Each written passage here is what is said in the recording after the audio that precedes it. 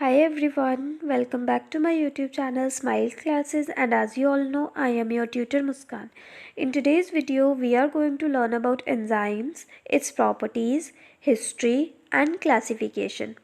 So बिना time waste करते हुए चलो जल्दी से स्टार्ट करते हैं अपना आज का lecture. Enzymes are the biological macromolecules which increase the rate of a biochemical reaction without undergoing any change. Enzymes क्या है? एंजाइम्स बायोलॉजिकल मैक्रोमोलिक्यूल्स हैं जो किसी भी बायोलॉजिकल रिएक्शन के रेट को इंक्रीज कर देते हैं without undergoing any change. Without undergoing any change से क्या मतलब है? यहाँ पे देखो, this is the enzyme and this is the substrate. Clear? जब सबस्ट्रेट एंजाइम के साथ अटैच होता है तो हमारे पास एंजाइम सबस्ट्रेट कॉम्प्लेक्स आता है. एंजाइम सबस्ट्रेट कॉम्प्लेक्स बनने के बाद क्या होता है? प्रोडक्ट की फॉर्मेशन होती है और अल्टीमेटली प्रोडक्ट रिलीज़ हो जाता है एंजाइम से, और एंजाइम अपनी शेप में कोई चेंजेस नहीं करता. इसलिए डेफिनेशन में हमने लिखा है विदाउट अंडरगोइंग एनी चेंज. वो किसी भी बायोलॉजिकल रिएक्शन की रेट को इंक्रीज़ कर देता है without undergoing any change. They are also called biological catalyst. इन्हें हम बायोलॉजिकल कैटलिस्ट भी बोलते हैं. चलो अब प्रॉपर्टीज़ देखते हैं. दो प्रॉपर्टीज़ हम देखेंगे एंजाइम्स की, physical properties and chemical properties. So सबसे पहले आती है हमारी फ़िज़िकल प्रॉपर्टीज़. फ़िज़िकल प्रॉपर्टीज़ में क्या है?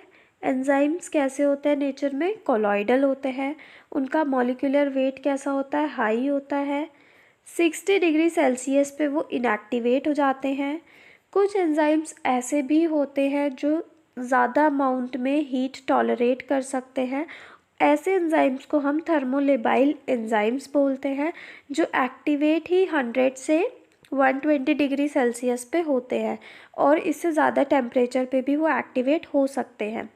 एंजाइम को अपनी फंक्शनिंग के लिए जो ऑप्टिमम टेम्परेचर की रिक्वायरमेंट होती है वो होता है 25 से 45 डिग्री सेल्सियस. एक एंजाइम में क्या क्या होता है? Carbon, hydrogen, nitrogen and small amount of sulphur. Enzyme किसका बना होता है? अमाइनो एसिड का. क्यों? क्योंकि एंजाइम कैसे होता है? प्रोटीनीशियस होता है नेचर में. बेसिकली प्रोटीन्स ही होता है, और प्रोटीन्स किसके बने होता है? अमाइनो एसिड के.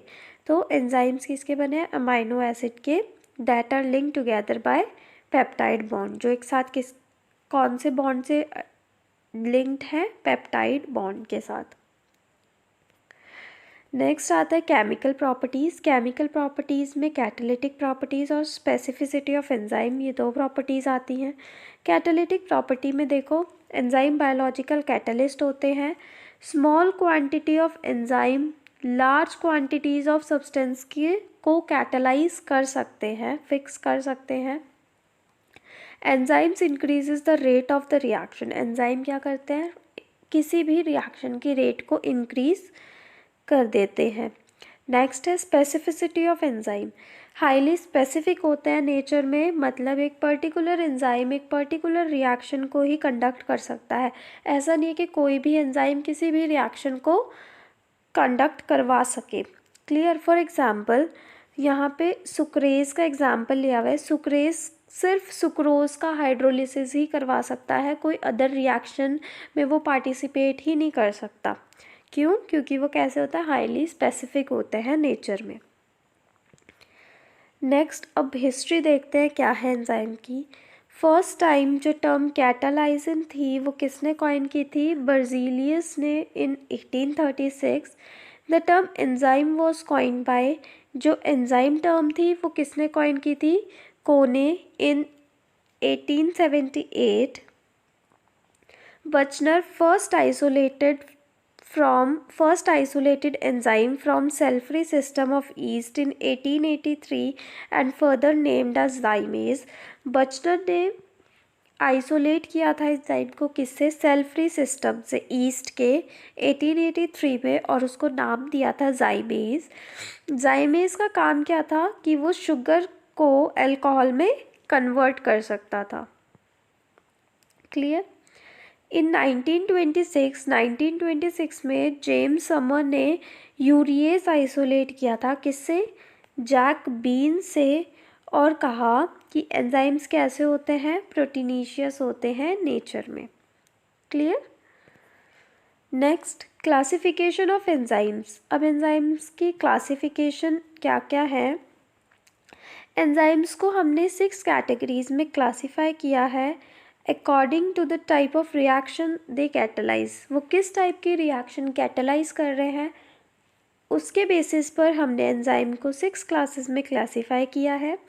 Number 1 oxido reductase, number 2 transferase, number 3 hydrolase, lyase, isomerases and ligases. अब इनके बारे में हम डिटेल में पढ़ते हैं। देखो, सबसे पहले आता है ऑक्सीडो रिडक्टेज। ऑक्सीडो रिडक्टेज नाम से ही पता चल रहा है कौन सी रिएक्शन करवाएगा, ऑक्सीडेशन रिडक्शन की रिएक्शंस करवाएगा। Clear. For example, pyruvate dehydrogenase क्या करता है, ऑक्सीडेशन करता है किसका, पायरुवेट का, और उसको किस में कन्वर्ट कर देता है, एसिटाइल कोएंजाइम ए में। Clear. Next, transferase. Transferase enzyme का काम क्या होता है, नाम से ही पता चल रहा है, ट्रांसफ़र करने का। ठीक है, किसी केमिकल ग्रुप को एक कंपाउंड से दूसरे कंपाउंड पे ट्रांसफ़र करता है। कौन सा enzyme, transferase. For example, transaminase. Transaminase का काम क्या होता है, अमाइनो ग्रुप को ट्रांसफ़र करना एक मॉलिक्यूल से दूसरे मॉलिक्यूल पे। नेक्स्ट एंजाइम आता है हमारा हाइड्रोलिसिस। हाइड्रोलिसिस क्या करता है, हाइड्रोलिसिस ऑफ अ बॉन्ड। जब बॉन्ड को ब्रेक डाउन करना होता है with the help of water, तो कौन सा एंजाइम वर्क करता है, hydrolysis. For example, pepsin hydrolyses the peptide bonds in proteins. Pepsin क्या करता है, पेप्टाइड बॉन्ड्स को हाइड्रोलाइज करता है। Lysis enzyme. Next, lysis. Lysis enzyme का वर्क क्या होता है, ये किसी भी केमिकल बॉन्ड को ब्रेक डाउन करने का काम करते हैं other than hydrolysis and oxidation. Oxidation और हाइड्रोलिसिस को छोड़ के जहाँ बॉन्ड्स का ब्रेक डाउन होता है, ठीक है, वहाँ पे कौन सा एंजाइम वर्क करता है, लाइसिस।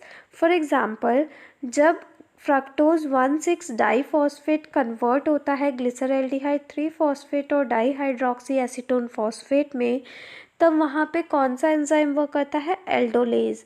एल्डोलेज एंजाइम क्या करता है, फ्रक्टोज 1,6 डाईफॉस्फेट को कन्वर्ट कर देता है glyceraldehyde 3 phosphate and dihydroxy acetone phosphate में।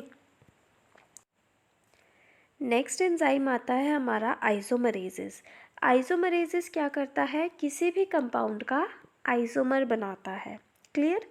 जैसे एग्जाम्पल हो गया इसका, फॉस्फोग्लूकोम्यूटेज क्या करता है, ग्लूकोज 6 फॉस्फेट को कन्वर्ट करता है फ्रक्टोज 6 फॉस्फेट में। Next enzyme ligases. Ligases enzyme का क्या फंक्शन होता है, 2 मॉलिक्यूल्स को आपस में जोड़ने का। Clear. Association of the 2 molecules. For example, DNA ligase क्या करता है, 2 डीएनए के फ्रेगमेंट्स को जॉइन करने का काम करता है by forming phosphodiester bond. Okay, that's all for today. If you have any doubt, you can ask me in the comment section. Bye bye. See you in the next video. And don't forget to subscribe my channel. Bye bye.